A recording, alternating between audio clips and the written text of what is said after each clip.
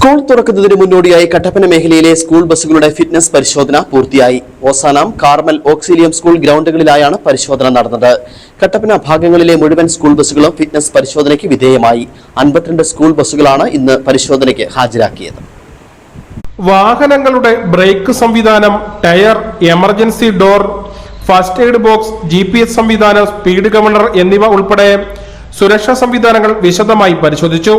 വിദ്യാർത്ഥികളുടെ യാത്രാ സുരക്ഷ ഉറപ്പാക്കുന്നതിനായാണ് സ്കൂൾ തുറക്കുന്നതിന് മുന്നോടിയായി മോട്ടോർ വാഹന വകുപ്പ് പരിശോധന കർശനമാക്കിയത്. നമ്മുടെ സ്കൂൾ ബസ്സുകൾ, അതിലാണ് നമ്മുടെ കുട്ടികൾ യാത്ര ചെയ്യുന്നത്.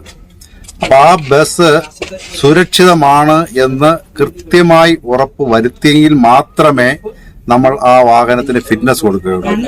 അതുകൊണ്ട് ഈ ഇടുക്കി താലൂക്കിലുള്ള കംപ്ലീറ്റ് സ്കൂൾ ബസ്സുകളുടെയും മോട്ടോർ വാഹന വകുപ്പ് പരിശോധിച്ചതിന് ശേഷം അതിന് പ്രത്യേക സ്റ്റിക്കറുകൾ കൊടുക്കും. ആ സ്റ്റിക്കറുകൾ ഇല്ലാത്ത വാഹനങ്ങൾ ജൂൺ 1 മുതൽ നിരത്തിൽ കണ്ടു കഴിഞ്ഞാൽ ആ വാഹനങ്ങളെ വീണ്ടും കർശനമായി പരിശോധനയ്ക്ക് വിധേയമാക്കുന്നതാണ്. കാരണം ഒരു തരത്തിലും വാഹനത്തിൽ യാതൊരു തരത്തിലുള്ള ഒരു ഫാൾട്ടും ഉണ്ടാകുവാൻ ഈ അധ്യയന വർഷം ഈ മോട്ടോർ വാഹന വകുപ്പ് സമ്മതിക്കത്തില്ല. അതുപോലെ തന്നെ ഡ്രൈവർമാർക്ക് ഒരു സ്കൂൾ ബസ് ഓടിക്കുന്നതിന് 10 കൊല്ലത്തെ എക്സ്പീരിയൻസ് വേണം.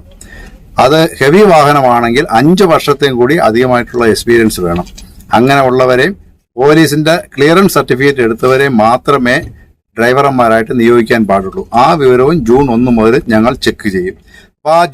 മോട്ടോർ വാഹന വകുപ്പിന്റെ നേതൃത്വത്തിൽ നടന്ന പരിശോധനയിൽ motor vehicle inspector Jins George, assistant motor vehicle ഇൻസ്പെക്ടർമാരായ മുരളീധരൻ പിള്ള, നിബു ജോൺ എന്നിവർ നേതൃത്വം നൽകി.